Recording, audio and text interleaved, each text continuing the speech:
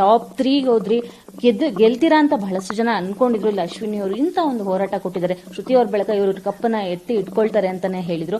So ಈ ಒಂದು big boss cup ಸಿಕ್ಕಿಲ್ಲ ಅಂದದ್ದು ನಿಮ್ಗೆ ಎಷ್ಟು ಡಿಸಪಾಯಿಂಟ್ ಆಯ್ತು? ಅಥವಾ ಯಾಕಂದ್ರೆ ಇಷ್ಟೊಂದು ಕನ್ನಡಿಗರ ಮನಸ್ಸನ್ನಾಗಿದ್ದೀರಾ, ಇಷ್ಟೊಂದು ಹೆಣ್ಮಕ್ಳಿಗೆ ಸ್ಫೂರ್ತಿ ಆಗಿದ್ದೀರಾ, ಇದನ್ನ ಇಲ್ಲಿ ನೀವು ಕರೆಕ್ಷನ್ ಮಾಡ್ಕೋಬಹುದಾ ಅಂತ? ಮೇಡಮ್, ನನಗೆ ಅದೇ ಹೇಳೋದು, ಜೀವನ ಅಂದಾಗ ಎಲ್ಲವೂ ನಾವು ಸರಿನೇ ಮಾಡ್ಕೊಂಬಂದ್ರೆ ನಾವು ಮನುಷ್ಯರಾಗಿರೋದೇ ಇಲ್ಲ. ನಮ್ಮನ್ನೆಲ್ಲ ದೇವಸ್ಥಾನದಲ್ಲಿ ಪೂಜೆ ಮಾಡಬೇಕು, ನಾವೆಲ್ಲ ದೇವ್ರುಗಳಾಗ್ಬಿಡ್ತೀವಿ. ಅದಕ್ಕೆ ನಾವು ಮನುಷ್ಯರು ಅಂತ ಆಗಿರೋದು. ಮನುಷ್ಯ ಅಂದಾಗ ತಪ್ಪು ಮಾಡಲೇಬೇಕು, ತಪ್ಪನ್ನ ತಿದ್ಕೋಬೇಕು, ತಿದ್ಕೊಂಡು ಮುಂದೆ ಹೋಗ್ಬೇಕು, ಅವನೇ ಮನುಷ್ಯ.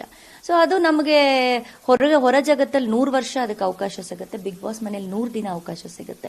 ಸೊ ತಪ್ಪುಗಳಾಗಿದೆ, ತಿದ್ಕೊಂಡಿದ್ದೀನಿ, ಬದುಕಿದ್ದೀನಿ, ಜೀವಿಸಿದ್ದೀನಿ, ಎಲ್ಲವನ್ನ ನಾನು ಮಾಡಿದ್ದೀನಿ. ಬಟ್ ಎಲ್ರಿಗೂ ಒಂದು ಎಕ್ಸಾಂಪಲ್ ಸೆಟ್ ಮಾಡಿದ್ದೀನಿ ಅಂತ ನಿಮ್ಗಳ ಬಾಯಲ್ಲಿ ನಾನು ಕೇಳುವಾಗ, ಯಾಕಂದ್ರೆ ನೀವು ಮಾಧ್ಯಮ ಲೋಕದಲ್ಲಿರುವಾಗ ಎಲ್ಲಾ ವಿಚಾರಗಳು ನಿಮಗೆ ತುಂಬಾ ಬೇಗ ಬರ್ತಾ ಇರುತ್ತೆ. ಸೊ ನೀವ್ ಅದನ್ನ ಹೇಳ್ತಿದ್ದೀರಾ